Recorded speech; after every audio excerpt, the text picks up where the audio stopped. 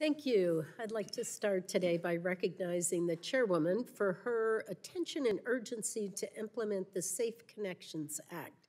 Last Congress, I led this legislation with my colleagues, Representative Eshoo and Wahlberg, to require phone companies to allow survivors of domestic violence to quickly separate their phone lines from shared plans with an abuser. A cell phone is a critical lifeline, enabling survivors to stay connected to support networks and to access assistance from hotlines or emergency services. As the founder and co-chair of the bipartisan task force to end sexual violence, I was proud to see this legislation signed into law to protect this lifeline for survivors. Chair Rosenworcel, can you share any updates on your agency's work to implement this law? Thank you so much for your work on this law, along with Congresswoman Eshoo and Congressman Wahlberg. It's really important. 1 in 4 women in this country will face domestic violence, 1 in 9 men. And so before we even put pen to paper, what I did at the FCC was talk to experts in domestic violence. Because what I learned was the minute that somebody decides to get a new phone is the minute they decide to leave their abuser. It's really important. And that means the FCC has a really valuable role to play, and you gave us tools to do that in the Safe Connections Act. So we are working right now to identify what policies need to be put in place to make sure that someone can get out of their family plan fast, securely, and privately. Also putting policies in place to make sure that that individual can sign up for Lifeline or the Affordable Connectivity Program, and making sure that call logs do not reference domestic violence support systems so that people can call them safely and securely. Along the way, we've worked with the carriers that take all those calls and made sure that they're working with the National Domestic Violence Hotline. Because if somebody calls and wants to get off their family plan because they are leaving a domestic abuse situation, we want to make sure they don't get any old person who's answering the phone at the call center. We're going to make sure those individuals are actually trained to deal with this situation and can provide additional help and support. So you've put in place a very good thing, and I am confident that by next summer we're going to be able to act on it and have rules in place. Great, thank you.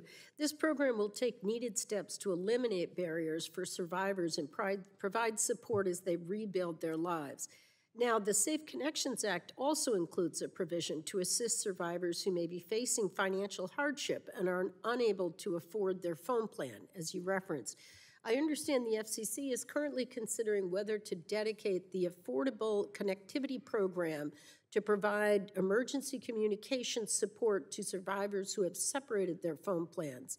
Unfortunately, as you know, the ACP is expected to exhaust its funding sometime next year. Chair Rosenworcel, if Congress were to fail to authorize renewed funding for the Affordable Connectivity Program, how could this affect survivors under the Safe Connections Act?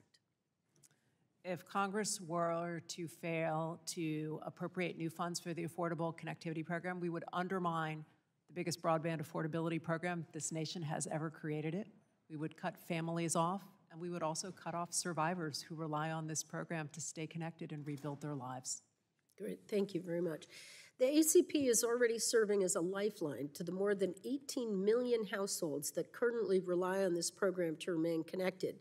In New Hampshire, over 30,000 households, including nearly 17,000 in my district, have signed up for the ACP, and more households are signing up every day.